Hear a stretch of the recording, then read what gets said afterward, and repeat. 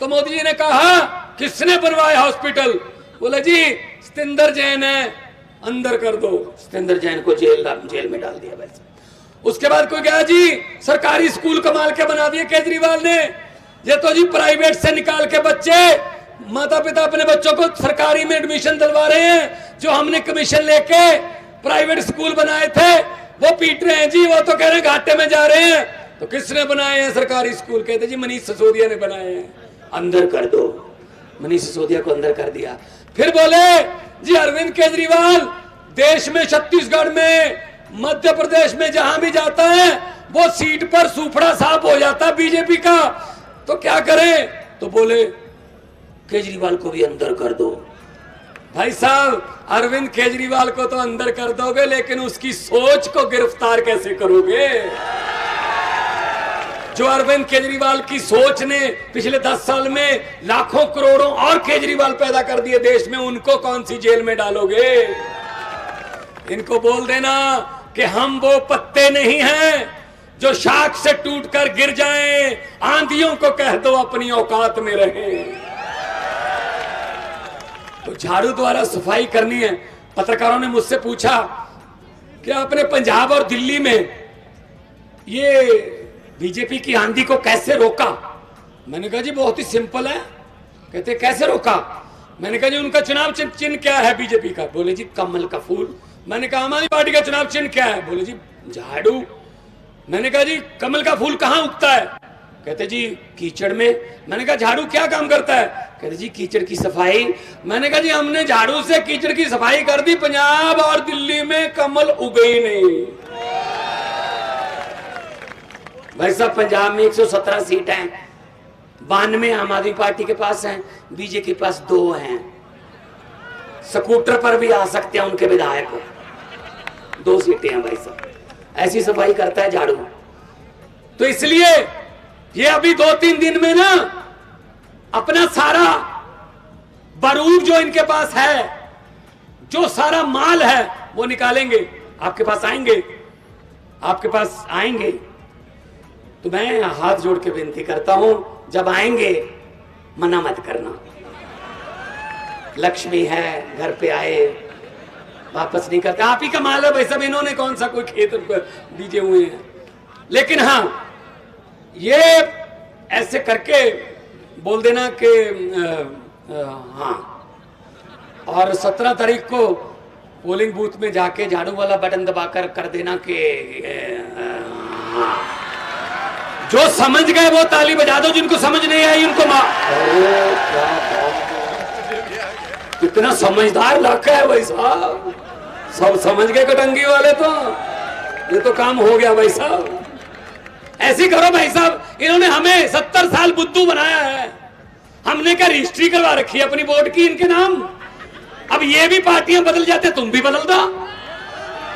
अरे ये तो संविधान की ओथ लेकर बदल जाते हैं, हमने कोई ओथ तो नहीं, भगवान की ओथ लेकर जाना वोट देने, बच्चों की आंखों में देखकर जाना वोट देने के कहां जा रहे हैं आज हम। तो जो ये काम ये देश को बर्बाद करने का कर रहे हैं, उसका एक ही हल है। जनता को एक ही मौका मिलता 5 साल में, वो भी 8 घंटे है भाई साहब। सुबह 8 बजे से 9 घंटे लगा लो, 8 बजे से शाम को 5 बजे तक 9 घंटे मिलेंगे 17 तारीख को। उन 9 घंटों में अगर होशो हवास कायम रखते हुए तीसरे नंबर का बटन दबाकर कटंगी को अच्छा बनाने का आपने निर्णय ले लिया तो भाई साहब किस्मत चमक जाएगी। वरना चल रहा है भाई साहब, 18 साल मामा चल गया, फिर कोई और आ जाएगा, चलता रहेगा ऐसी 70-75 साल में। तो इसीलिए मैं कहने आया हूं कि इनके जुमलों में मत आना, इनकी बातों में मत आना। ये तो भाई साहब मतलब इनका कोई दीन ईमान नहीं है, ये तो लड़ाने का काम करते हैं, वोट मांगते नहीं है। इससे पहले तो कोई वोट भी नहीं मांगने आता था, ऐसी वोट पड़ जाते थे। ये तो अरविंद केजरीवाल है जिसने इनको हेलीकॉप्टर से नीचे उतारा कि आओ नीचे वरना कुछ और हो जाएगा। झाड़ू आ गया है और झाड़ू वाले आ गए हैं। तो इसीलिए मैं कह रहा हूं घर घर में रोजगार पहुंचेगा, घर घर में नौकरी मिलेगी, बिजली मुफ्त मिलेगी, बिजली 24 घंटे मिलेगी। और सबसे बड़ी बात, भ्रष्टाचारियों को बख्शेंगे नहीं। पंजाब में हमने एक फोन नंबर दे रखा है, कि कोई आपको सरकारी दफ्तर में बाबू अगर कोई पैसे मांगता है तो मना मत करना, जेब में हाथ डाल के मोबाइल निकाल के उसकी फोटो खींच के हमारे पास भेज देना, बाकी काम हम 450 से ज्यादा अधिकारी जेल में बैठे हैं भाई साहब, 450 से ज्यादा, और 37,568 सरकारी नौकरियां देके आपके सामने खड़ा हूं सिर्फ 1.5 साल में। सिर्फ 1.5 साल में काम करना हो तो भाई साहब कोई प्रॉब्लम नहीं। सरकारों के पास पैसे की कमी नहीं होती, नीयत की कमी होती है बस सरकारों के पास। अगर नीयत हो तो सब कुछ हो जाता है, अगर नीयत ना, ये पब्लिक है भाई साहब, जनता है। लोकतंत्र में लोग बड़े होते हैं, लोग जब चाहें आदमी अर्श पर, और बीजेपी की तरह अहंकार करे तो लोग कहते हैं आजा बेटा फर्श पर। फर्श पर बड़े बड़े उतारे हैं लोगों ने, तो इसलिए अहंकार नहीं करना चाहिए, अहंकार नहीं करना चाहिए। मैं तो यही बोलता रहता हूं, जहां भी मौका मिलता है कि पंजाब से आया हूं, आप पंजाब में फोन कर लेना। बहुत से पंजाबी मध्य प्रदेश में भी आके बसते हैं, ट्रांसपोर्टर हैं, जमीनें हैं, उनसे पूछ लेना कि पंजाब में 1.5 साल में कितनी व्यवस्था बदल गई है। तो भाई साहब आओ, कटंगी में भी आओ, फिर बालाघाट में भी।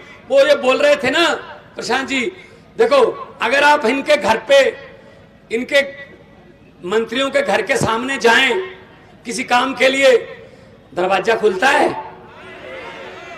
दरवाजा खुलता है?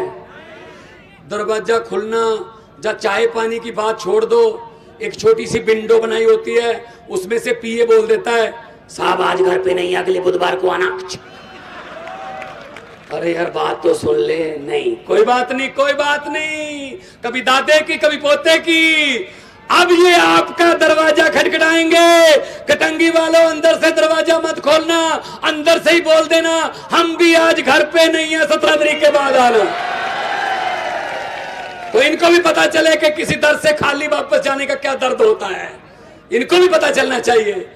तो ये बात आपके सामने इतना, ये मैं सभी प्रत्याशियों को बधाई देता हूं। ये लोग दिहाड़ी पे नहीं है, ये लोग किसी लालच दे के नहीं आए हुए, इनकी आंखें बता रही हैं और इनका जोश बता रहा है कि इनका बस चले तो आज रात को वोट डलवा लो जी, वोट डालने को दिल कर रहा है। जब 2020 में दिल्ली में चुनाव हो रहा था, अरविंद केजरीवाल जी मुख्यमंत्री का चुनाव लड़ रहे थे, तो मोदी जी ने रामलीला ग्राउंड में बहुत बड़ी रैली की, लाइव टेलीकास्ट। मैं भी बैठा था, अरविंद केजरीवाल जी बैठे थे कमरे में, दफ्तर में, हम लाइव टेलीकास्ट टीवी पर देख रहे थे। तो वहां नारे लगे। जैसे मैंने नारे सुने, मैंने कहा अरविंद जी मुख्यमंत्री बनने की तैयारी कर लो, मुख्यमंत्री बनोगे। बोले आपको कैसे पता चला? मैंने कहा जी ये नारों से पता चला। कहते नारे तो ठीक लग रहे हैं। मैंने कहा नहीं सर, नारे लाने का अंदाज जो होता है ना जनता का, वहां से पता चल जाता है कि नारा दिल से आ रहा है या फिर कोई दिहाड़ी बिहाड़ी पे आए हैं। कहते कैसे? स्टेज से नारा लग रहा था हर हर मोदी, लोग कह रहे थे हर हर मोदी।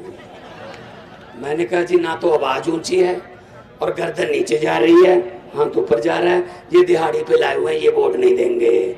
वही बात, अब मैं नारा लगवाऊंगा, हाथ भी ऊपर जाना चाहिए और गर्दन भी ऊंची उठनी चाहिए। आपने भगत सिंह के, राजगुरु सुखदेव के, चंद्रशेखर आजाद के बुत देखे होंगे, ऐसे होते हैं, ऐसे के हाथ भी ऊपर गर्दन भी ऊपर, दोनों हाथ ऊपर उठा के 2 नारे लगा दो, पता चल जाएगा इनकलाब।